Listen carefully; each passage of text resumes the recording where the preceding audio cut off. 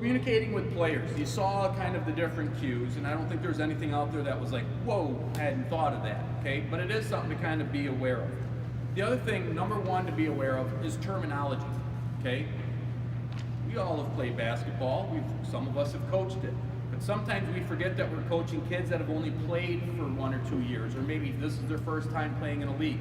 So when you go and do this great lesson plan that you wrote out, that you put out times, and you say, hey, we're going to start on the block, and we're going to take nothing but shots inside the lane. Guess what? Those 3rd and 4th graders think you are speaking Italian. They have no idea what you're talking about. Okay? So if you're going to do that, great. Start incorporating that terminology in there. But you'll have to say, okay, we're going to start on the block. The block is going to be the square. All main courts have a square, okay, or a rectangle. That's the block. And you may have to talk about left and right. You know, I just did this the other day. You talk about left and right, you look at the hoop, here's my L, here's my left. This is the right side. So we talk about right, that's this side. Here's my L, left, that side. Okay? Lane, you know, you may have to describe everything. In your sheet, in your packet is a diagram. Okay? And it's just common terminology. You may talk about the top of the key. Again, Latin to them. They have no idea. 5th and 6th graders may, but they may not, okay? So, just some stuff. The back part of it talks about like number positioning. Again, might be common knowledge, but otherwise most of those kids have no idea what the difference is between a 2 and a 3, or a 2 and a 4, or a 1 and a 2, okay? So this sheet is just more of a thing that if you're using these phrases, kind of think to yourself, you may have to describe it, not just the first time, but maybe multiple times. Okay. Any other basketball terminology that you can think of that you would throw out there as a coach that now you realize, ooh, they may not realize what that is?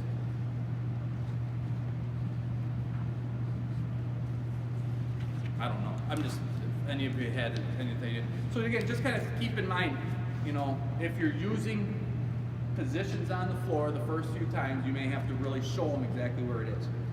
Number 2 for communicating with the kids. I'm a firm believer that every kid should get some type of a conversation from their coach, okay? And guess what? It doesn't have to be about basketball.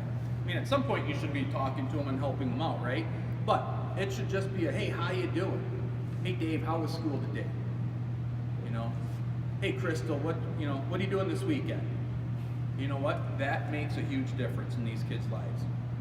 Okay, we all know kids that this may be, besides school, might be the second best thing they can be doing because they've got some father or mother figures out there. Sometimes those conversations mean the world to those kids. Okay? When I go and evaluate my instructors at my programs, I kind of do an overall thing, I kind of watch some stuff, but I will always take about 10 minutes and I'm going to focus on you, and you're my kid, and I'm going to watch you like you're my kid, and I want to see, do my instructors talk to her? Do they instruct her? And that's the easiest way for me to tell. In 10 or 15 minutes, at least one instructor should have had some type of a conversation with her. Okay? And if not, ding, that's a ding, and we talk about that in our staff meeting. But I will do that almost every time where I go to watch our instructors. I will pick one kid out, and I will watch you for 10 minutes like you're my kid. Because let's face it, when you watch your kid at a T-ball, you're not watching really the whole overall thing. What are you doing? You're watching your kid. Okay? It's a good way for our instructors to keep in mind, talk to them. Okay? The final thing for communicating with kids is going to be pre and post game. Pre-game, you can forget the Newt Rockney, go get them type of speeches. Hey, when you meet with your team beforehand, try to have one offensive focus. Hey, we're going to try to run our offense 4 passes, at least a couple of times. Okay, that's our goal. Or our goal is to get, 10. Can we get 10 fast breaks? Not made fast breaks. That's a whole nother issue. But can we get out and run and try to get 10 shots on the fast break? You know, that's what we want to try to do.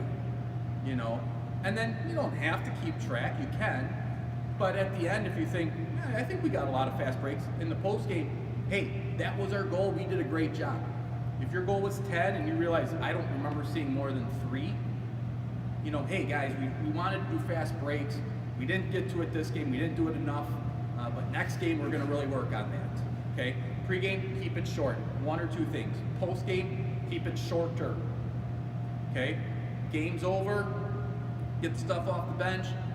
Go back to those 1 or 2 things.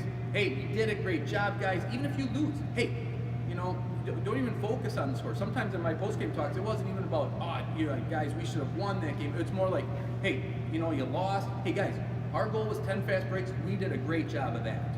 You know, we did a great job of fast breaking. Those baskets will fall at some point. Trust me. Just keep doing it. Next practice, Wednesday at 3:30 at the Muni Gym. Okay? Focus on 1 or 2 positives. Next meeting, and get them out of there. Because really, let's be honest, what are those kids focusing on after the game?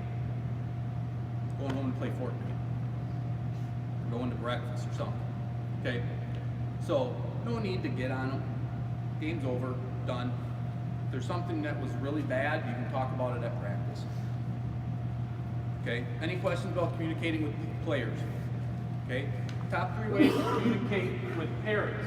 Okay? For Fort, you're all going to go home with a roster today. Call, talk to the parents first. If you want to talk to the kids and introduce yourself, you can. But if you say, hey, is Laura there? Laura comes on the phone, hey, this is Mr. Nwantny, I'm going to be your coach today. We're going to practice, you know, Monday at 3:30 at Berry School. Okay, thanks, coach, I'm ready. She hangs up. What are the odds Laura's mom or dad gets the right message? Who was that? My coach. What's his name? Mr. Somebody. What'd he say? I don't know. We have practice next week. When? I don't know. Rockwell, maybe? Tuesday? Right? That's how it's going to go. Okay? I mean, so talk to the parents. If you're at a practice and you want to, next practice, cancel practice, that's fine. Okay? But just don't rely on telling the kids, hey, there's no practice on Thursday. This is Monday. Kids, there's no practice on Thursday. Tell your parents. Okay? My kid, God bless his soul. Okay? And I'm sure this is no different. But after the game, hey, what did coach talk about after the game? I don't know. Like 5 minutes ago. Yeah, I don't know. He said we did a good job. Okay. Fine. You know. Just, I'm telling you, I think that's not any different than most kids. Okay? So communicate with the parents. Okay? Make sure they know what's going on. Communication with the parents is probably the #1 thing that will make your life easier. If the communication between coach and parents are great, it'll be a smooth season. It really should be a smooth season. If the communication between parents and coach is lousy, it's a rocky season. Not just for you, but for the parents. And then what do the parents want to do next year when it comes time for basketball? I don't know if we want to do this. Like, geez, the coach kept canceling practice. We showed up at the gym 3 times and the coach wasn't there. Okay? So communication is absolutely important. I highly recommend this. Coach's name, number, player's name and number, and then when you're practicing. All parents love to have this so that they can put it in their folder, in their calendar. Especially if you're going to be practicing at different locations and different days and different times. Okay? Great thing to have that parents have it. Plus, if they need a ride because their kid can't make it, boy, they know someone, here's a phone number they can at least call them. Hey, can you help give my ride, get my kid to practice or from practice? Okay, right? Most parents would be more than willing to do this. Okay? So I'll pass this along. Again, you can take a look at it. I think it's highly recommended. To communicate with parents, again, email and text, it's way easier than it was 15 years ago. Okay? If you're going to email, my kid had a coach in baseball that really didn't text. Hard to believe, but he didn't. Okay? So he would send out reminders on Sunday night through email. Here's where practices are, here's when we need to be there. Our games are this day and this day at this time at this location. Please have your kid there 5 o'clock for a 5:30 game, whatever it was. But he spelled everything out in an email. And you knew to look on Sunday night for that email. as a reminder. Okay? The most frustrating leagues that my kid has been a part of that we haven't run is a parent-run league, and everything was, you got notified at 3:15 for a 5 o'clock thing that day. Well, I don't know, a lot of people don't just check emails every 5 minutes. So if you missed it, if you checked your email at 3 and you missed that, and it was an email that easily could have gone out Sunday. Okay? Pictures are canceled. Well, we knew about it on Sunday, but you didn't email everybody until 3:15. Pictures are supposed to be an hour and a half. Okay? So if you're going to email, be consistent with the time. Sundays. Sundays is a great day to email. Parents, you'll get an email by Sunday night. Check it. That'll have your weekly thing. Texting is even better. Everyone has their phone. Most have their phones somewhat nearby. Okay? So you text them, reminder, hey, practice is here. Again, just be careful that you're not texting for a Monday practice at 3:30, that you're texting them Monday at noon. Right? All parents need to make sure they get rides, everything like that. Send it Saturday, Sunday, whatever. Just reminder, parents, practices, Monday, 3:30 at the Muni Gym. If your kid can't make it, let me know. Okay? Any questions with communicating with parents? Okay. Top 3 ways to communicate with officials. Number 1, don't yell. Don't yell at them. Okay? Our officials are high school and college age players. Okay? The rule book, very, very, very confusing. This is the simplified and illustrated, and it's still very tiny print. And the simplified and illustrated is still 88 pages. Okay, if you've ever read a rule book, you talk about Latin, man, it is goofy. It is goofy. They don't just say travel is when you take more than 2 steps. They say that, but they say it in like 250 words. But if this happens, or this happens, next thing you know, you go A, B, you're down to like G. And G has 3 parts to it. I mean, it is the most complicated thing I read every year, are the rule books. Okay? This goes along with being patient.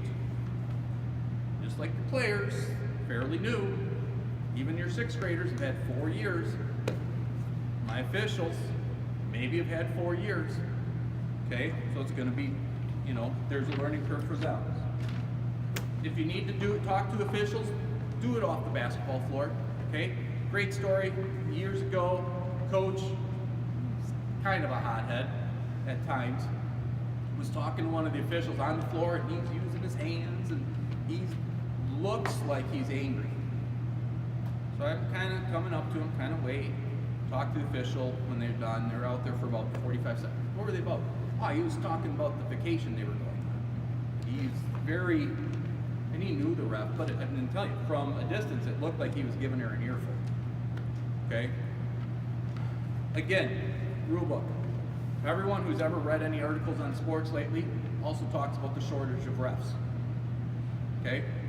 These leagues are no different. I would love to be able to get a 35-year-old, 5-year veteran of ref, but guess what? They're doing other stuff and getting paid $40 a game. We can't do that.